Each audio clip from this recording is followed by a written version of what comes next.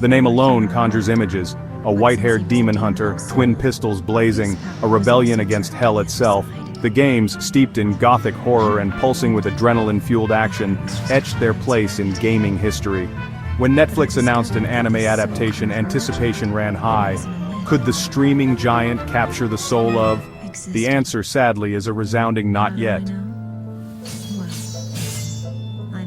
At the heart of the Devil May Cry franchise stands Dante, the half-demon, half-human devil hunter. A character who has become iconic not just for his combat prowess, but for his layered personality and unforgettable style. He's stylish, sardonic, and haunted by a dark past that gives him depth and relatability. Dante's charm lies in his ability to balance his devil-may-care attitude with the weight of his tragic history.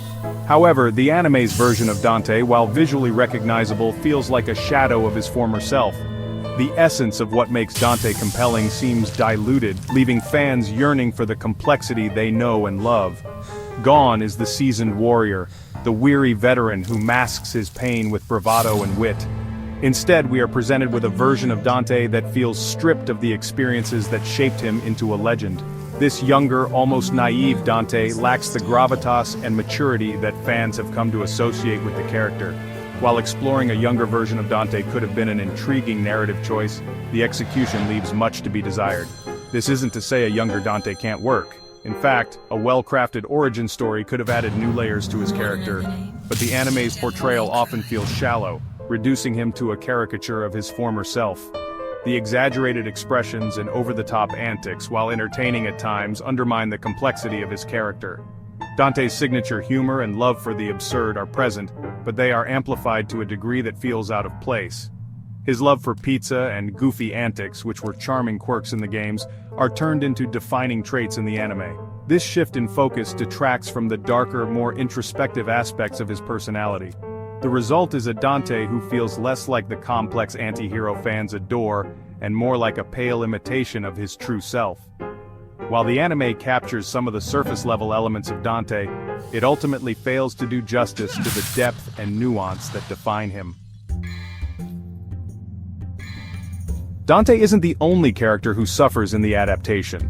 Lady, the human devil hunter with a vendetta, is stripped of her nuanced backstory and reduced to a one-note caricature of anger and aggression. Her iconic outfit is replaced with a more generic design, further distancing her from her video game counterpart. Even the demon world feels strangely hollow. The fearsome Agni and Rudra, twin demons bound to swords, are reduced to generic CGI creations, their menacing presence and unique designs lost in translation. Virgil, Dante's twin brother and eternal rival, appears less like a tragic figure driven by power and more like a one-dimensional villain. Part of what made the game so captivating was their atmosphere. The developers masterfully crafted a world that felt alive yet haunting, where every shadow seemed to hide a story, and every corner whispered secrets of a forgotten past. Gothic castles, rain-slicked city streets, and demon-infested cathedrals set the stage for a world teetering on the brink of darkness.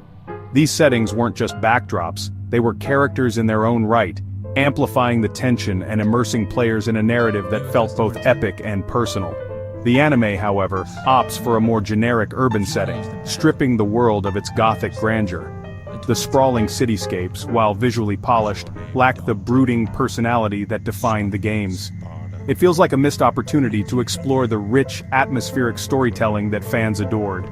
This shift in setting is emblematic of a larger tonal disconnect. The anime's brighter, more sanitized world feels at odds with the dark, gritty undertones that were so integral to the game's identity. The games, while filled with over-the-top action and dark humor, never shied away from exploring darker themes of loss, family, and the struggle against one's inner demons. These themes were woven seamlessly into the gameplay and narrative, creating a rich tapestry of emotions that resonated deeply with players. The anime, on the other hand, struggles to find a balance. It attempts to juggle humor, action, and drama, but often falls short of delivering the emotional depth that made the game so memorable. The humor often feels forced, with jokes landing awkwardly or breaking the tension in moments that should have carried emotional weight. This tonal inconsistency detracts from the overall experience. The action sequences, while visually impressive, lack the weight and impact of their in-game counterparts. The choreography is flashy, but it often feels hollow, missing the raw intensity and stakes that made the game's battles so exhilarating. Ultimately, the anime's tone and setting, while ambitious, fail to capture the essence of what made the original game so beloved. Let's rock. Striking the right balance between action, humor, and emotional depth has always been this delicate balancing act. It's what makes a story resonate, right? The ability to blend high-octane sequences with moments that tug at your heartstrings. This series revels in stylish action and outrageous scenarios, but beneath all that flair, there's a surprisingly nuanced story about family, betrayal, and redemption. It's not just about the flashy moves or the over-the-top battles. It's about the relationships, the choices, and the consequences that define these characters. The anime, though? Unfortunately, it kinda stumbles when it comes to keeping that balance intact. It tries, sure, but the execution feels uneven. The emotional beats don't hit as hard, and the pacing sometimes feels rushed. Sure, the action sequences are visually impressive, no doubt about that, but they lack the visceral impact and strategic depth that the games are, known for. It's like watching a fireworks display, exciting, but it doesn't leave a lasting impression. And Dante's signature fighting style, that awesome mix of swordsmanship, gunplay, and demonic powers, it's iconic, right? But here, it feels like a shadow of its former self. Yeah, it feels, watered down here. The choreography lacks the creativity and flair that made the original so memorable. And then there's the humor. Humor can be a powerful tool to break tension, but it has to feel authentic to the characters and the world. Dante's trademark wit and sarcasm, which fans absolutely love, are, replaced with these goofy antics that just feel out of character. It's like the humor is trying too hard and it ends up missing the mark. It's a bit disappointing, really, because beneath the surface there's so much potential for a story that could have been both thrilling and deeply moving. Lessons from The Damned and the Art of Adaptation. It's worth noting that successful video game adaptations exist. Netflix's own series, for example, masterfully captures the gothic atmosphere, intricate lore, and complex characters of the games.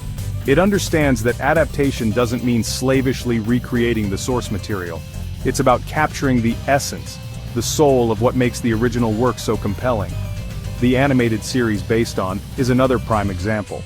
It delves deep into the lore, fleshing out characters and storylines only hinted at in the game. It understands that a successful adaptation requires more than just flashy visuals and familiar faces. It needs heart, soul, and a deep respect for the source material.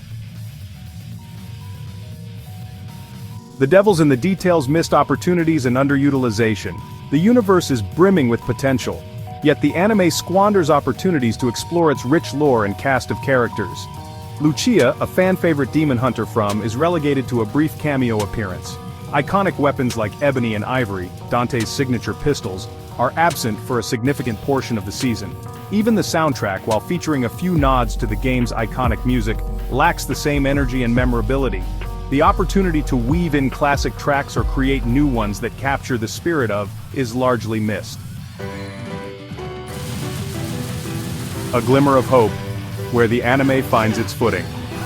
Despite its shortcomings, the anime isn't without merit. The animation, while lacking a distinct visual style, is generally well executed. There are glimpses of the Dante fans know and love, particularly in moments where his sardonic humor and unwavering determination shine through. The 6th episode in particular stands out. It features a well-choreographed fight sequence that captures the frenetic energy of the games and offers a glimpse into the emotional depths the anime could explore. Season 2, a chance for redemption. With the 2nd season confirmed, there's still hope for the anime. The creators have a chance to course correct, to delve deeper into the lore, to give the characters the depth they deserve, and to embrace the gothic heart of the franchise. Focus on Dante's internal struggles. Explore the complex relationship between him and Virgil. Give Lady the agency and backstory she deserves. Let the demon world be truly menacing. Embrace the darkness, the humor, and the over-the-top action that defines. The fans are waiting. Don't let them down.